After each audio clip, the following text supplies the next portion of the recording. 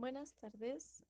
Bueno, hoy quisiera ahondar en una enfermedad que se llama insensibilidad congenital al dolor o en su abreviación ICD.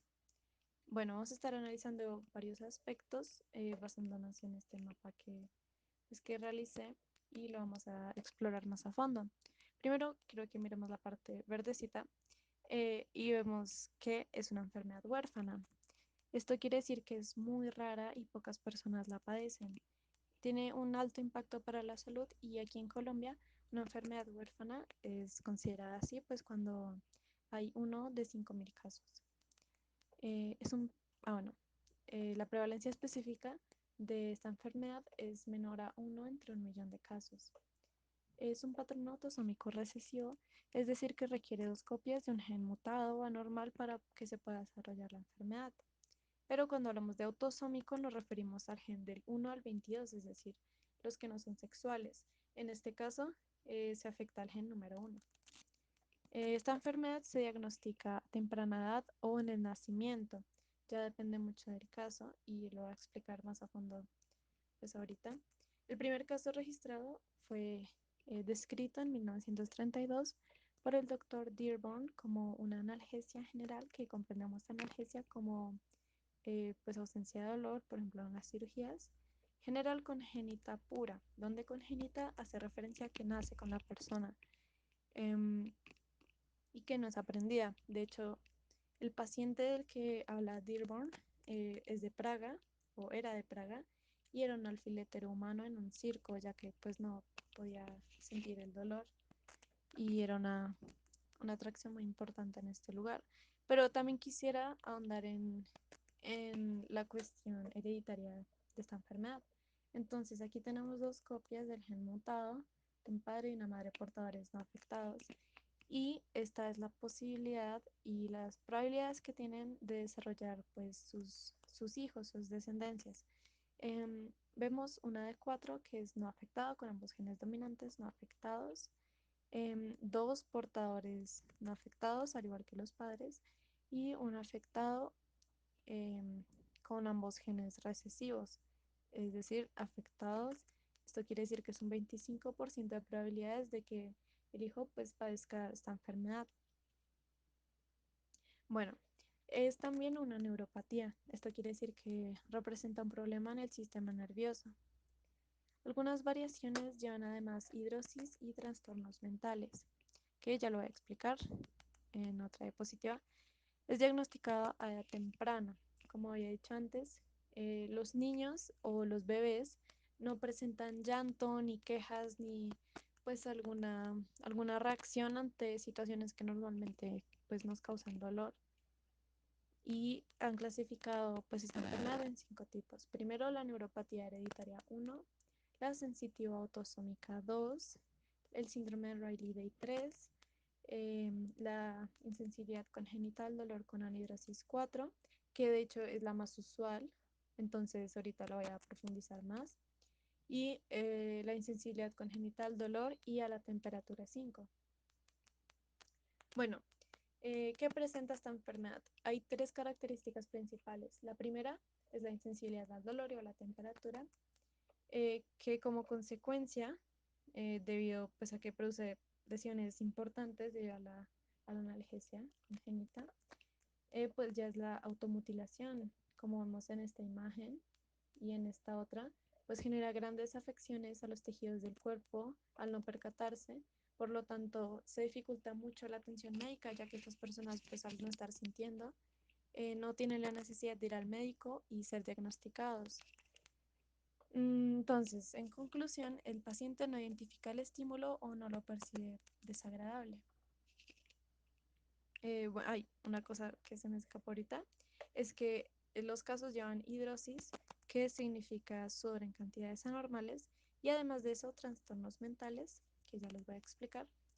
Pero primero quiero que veamos más a fondo cómo es que sucede esto a escalas más pequeñas. Esta enfermedad afecta a la distribución de las fibras nerviosas, entonces quiero que miremos en el mapa que había anteriormente. Entonces, las fibras nerviosas mielínicas y amielínicas pues son presentadas en cantidades anormales igualmente. y hay una afección más específica en el gen SCN9A, que es el que codifica la subunidad la subunidad A de canales de sodio, pero entendamos que es un canal de sodio. Bueno, estas son proteínas entre membranas que permiten que los iones de sodio que se necesitan en el proceso de la despolarización de las neuronas eh, pueda transmitir la información pues de una a otra y así expresar finalmente la reacción ante el dolor. Pero no solamente se encuentra en las neuronas, esto se encuentra también en el sistema nervioso central, en los nervios periféricos y en las células nocioceptivas, que son en mayor parte afectadas. ¿Sí? Todas estas pues están afectadas de igual manera. Y bueno, miremoslo a una escala un poquito más grande. Tenemos el estímulo y de pues pasar al sistema nervioso hasta finalmente pues llegar a la percepción y a la reacción. Pero el problema pues ya estaría como acá en la parte del sistema nervioso, ya que devolvámonos otra vez.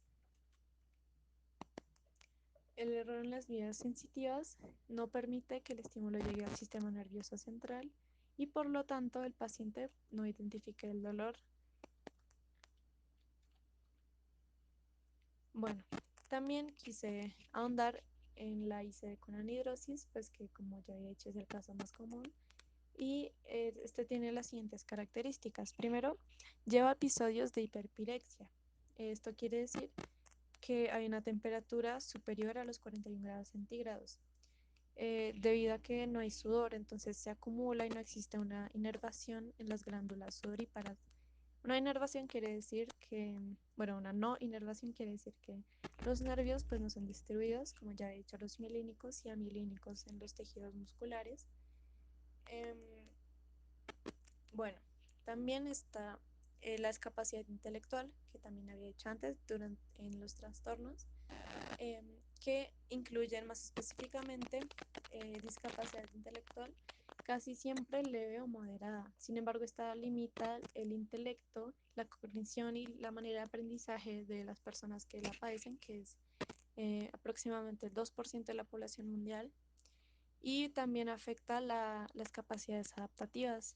Em, bueno, por otro lado, también tenemos la hiposensibilidad del dolor visceral, que pues está presente en los órganos diferentes del cuerpo. Y bueno, esto ya lo había mencionado. Quisiera avanzar con la pregunta de si existe un tratamiento o una cura y la respuesta es no, ya que el paciente con insensibilidad congénita al dolor no puede recuperar sus capacidades para sentirlo, ya que esto se encuentra pues en las células nociceptivas que son muy difíciles de recuperar. Y bueno, quiero que veamos una perspectiva más real, más práctica acerca de esta enfermedad con un caso clínico. em, y bueno, quiero aclarar antes unos conceptos clave para entenderlo mejor. Y es primero la osteomielitis. La osteomielitis está acá, es una infección que está en los huesos. También anestesia general, que es cuando ya debemos escuchar que en las cirugías pues se nos priva de la conciencia y de las capacidades para sentir dolor, que aunque suene paradójico, resulta muy útil para el desarrollo pues, de los tratamientos que yo voy a explicar. También fractura, pues que es cuando un hueso se rompe. eh, y ya, finalmente, pues quiero aclarar que este caso que voy a exponer trata de una insensibilidad congénita al dolor con anhidrosis, que es la que expliqué hace poquito. Bueno, este caso lo podemos conocer gracias a la Asociación Mexicana de Cirugía Bucal y Maxilofacial, Colegio Mexicano de Cirugía Bucal y Maxilofacial AC. Y bueno, esto fue realizado por 3 personas, donde antes quisiera dar una introducción al caso. Eh, Vemos que esta paciente pues es una niña con 4 años de edad y posee una fractura en la tibia y en el peroné. Sus extremidades están asimétricas y de hecho tiene osteomielitis en el pie izquierdo, que como ya dije es una infección en el hueso. Posee una deformidad en los dedos y en la mandíbula. Esto, sí, en la mandíbula, debido a la automutilación, pues consecuencia de esta insensibilidad. Eh, entonces, ¿qué es lo que están haciendo los médicos y los cirujanos? Lo que hicieron, o pues la única manera eh, un poco rentable de tratar esto, es primero eh, que los padres reconozcan y estén muy pendientes de situaciones que puedan causarle daño a sus hijos, ya que pues no están en la capacidad de notificárselo. Y lo que hicieron entonces fue realizar distintas cirugías y, y los tratamientos básicamente son esos, por medio de las anestesias y las cirugías, pues pueden corregir ciertas deformidades y ciertos problemas que afectan la vida diaria de estas personas. En conclusión, yo creo que podemos extraer que esta enfermedad es muy compleja y los microbiólogos y todas estas personas encargadas de darle pues cura a las enfermedades están trabajando fuertemente en encontrar una manera de mejorar la comunicación de los canales de sodio para que todos los procesos de despolarización y transmisión em, pues de las células nociceptivas pueda realizarse de manera correcta. Sin embargo, aún no se ha encontrado y lo que imposibilita aún más este proceso, pues es toda la cuestión de que esta enfermedad sea huérfana, sea muy rara, por lo tanto, el tratamiento pues sería muy costoso y actualmente no es tan protagónica, por lo que es muy difícil encontrar una solución. Entonces, sin más, espero pues haber sido clara y que esto también eh, haya mostrado otra parte de las enfermedades. Entonces, muchas gracias y, y hasta pronto, profe.